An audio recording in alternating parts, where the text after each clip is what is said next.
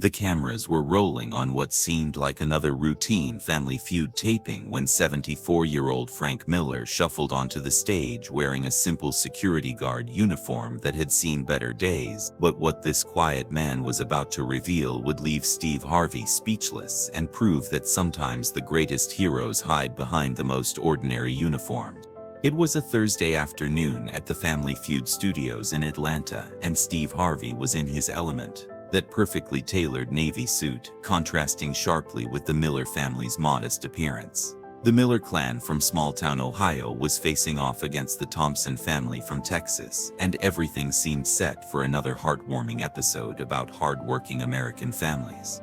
But Frank Miller wasn't just any security guard. He stood at the family podium with the ramrod straight posture of someone who had known discipline, his weathered hands clasped behind his back in a stance that seemed almost military, though his humble demeanor suggested a man who had never known glory. When Steve introduced the family during the opening segment, Frank's responses painted a picture of quiet service.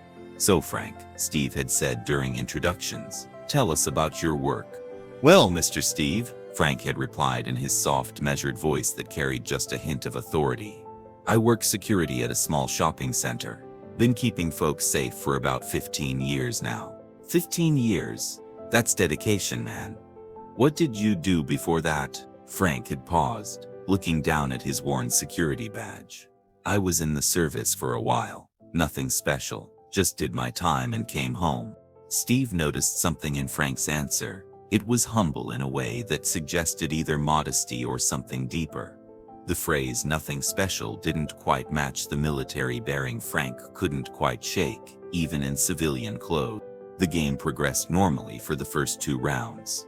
The Miller family was doing well, with Frank surprising everyone by showing an unexpected knowledge of military terms and historical events. But it was during the 3rd round, when the category was things that make someone a hero, that Frank's carefully constructed facade began to crack.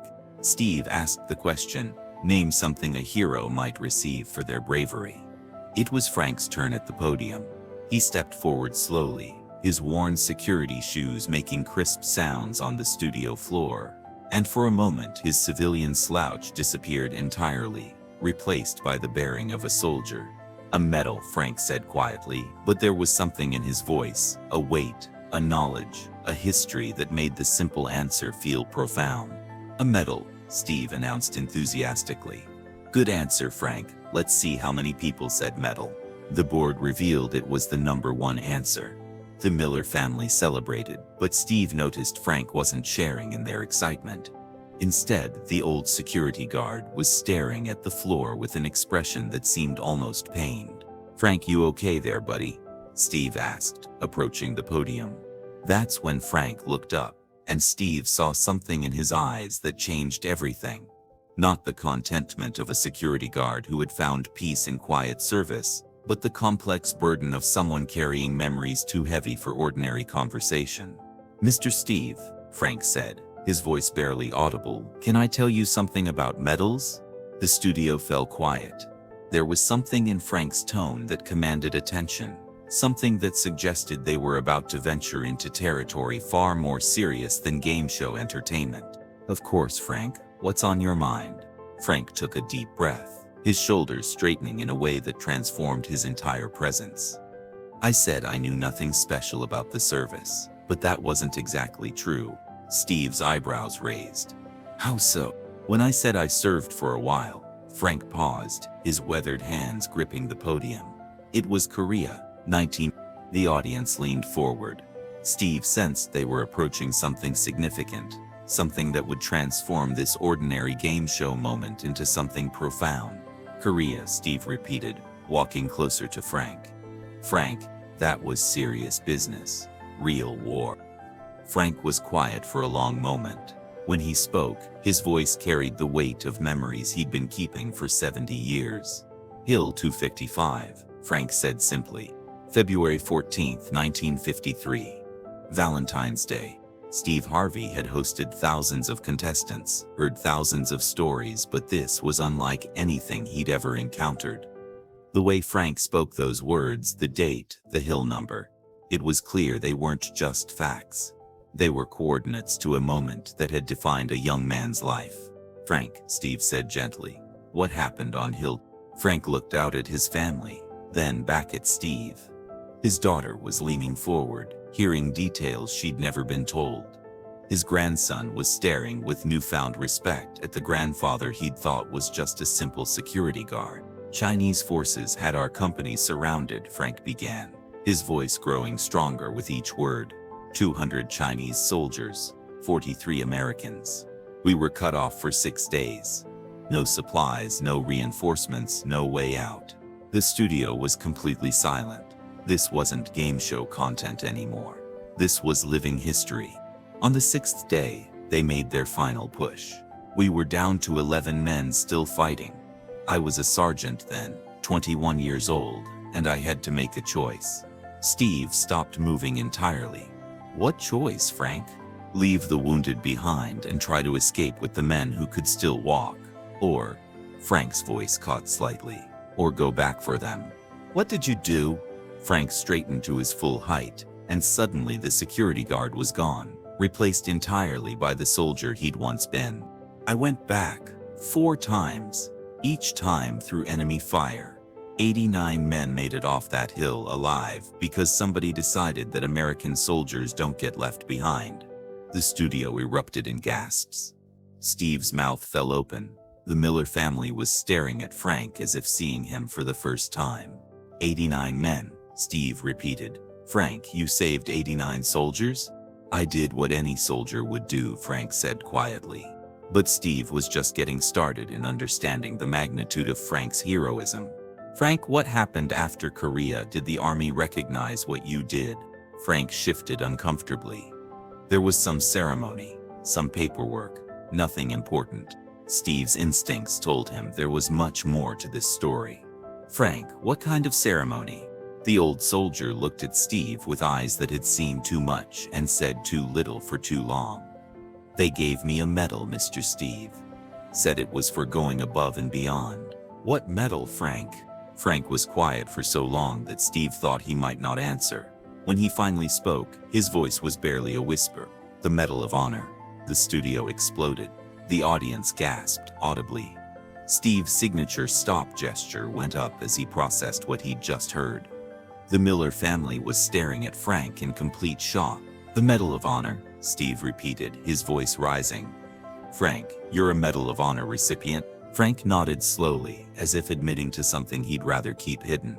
Steve began pacing, his mind racing. "Frank, do you understand what you just told me? The Medal of Honor is the highest military decoration in the United States. It's given for conspicuous gallantry above and the call of duty." "I know what it is," Frank said quietly. "Frank, your family, do they know?" Frank shook his head. "They know I served in Korea. They don't know the details."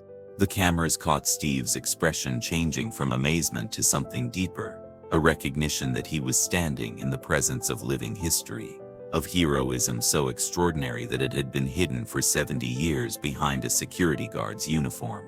But what Frank revealed next would prove that his war heroism was just the beginning of his extraordinary story. "Mr. Steve," Frank continued, "there's something else. Something I've never told anyone." Steve stopped pacing. "What's that, Frank?"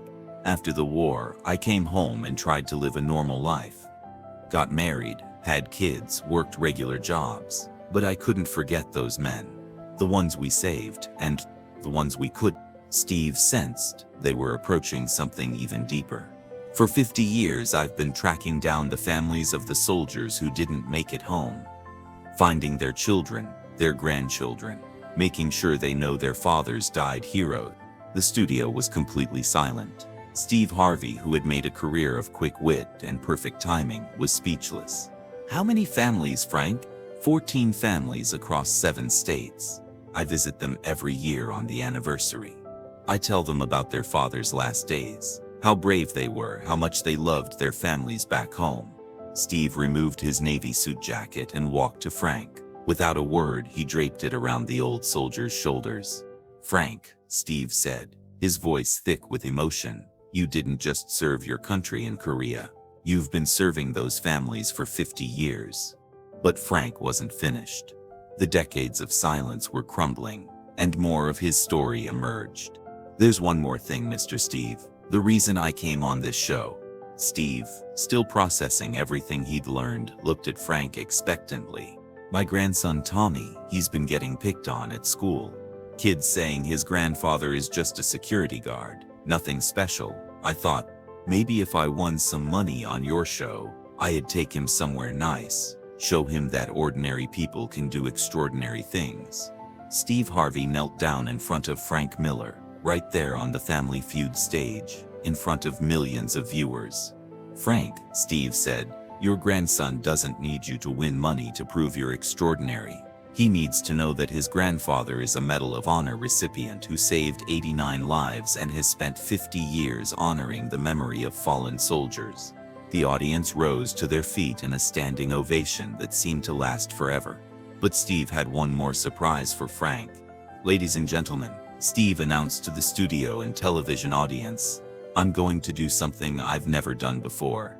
Frank Miller, you don't need to play this game to prove anything. You've already proven more than most people could in 10 lifetimes." Steve pulled out his phone and made a call that would change everything. "Pentagon Veterans Affairs, this is Steve Harvey from Family Feud. I need to speak with someone about honoring a very special Medal of Honor recipient."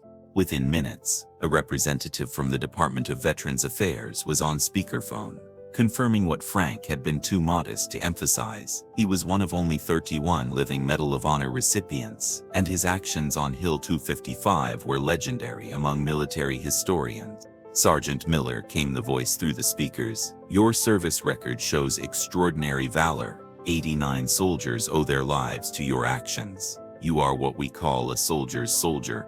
The episode that aired became one of the most watched in Family Feud history. But more importantly, it sparked a national conversation about hidden heroes and the veterans living quietly among us.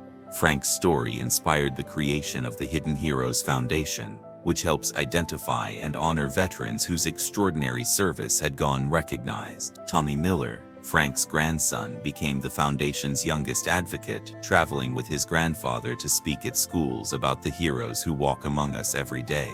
Today, Frank Miller still works security at the same shopping center, but now he does it without the burden of secrecy. His Medal of Honor hangs proudly in his modest home, and every February 14th, families across 7 states receive visits from the man who made sure their father's sacrifices would never be forgotten.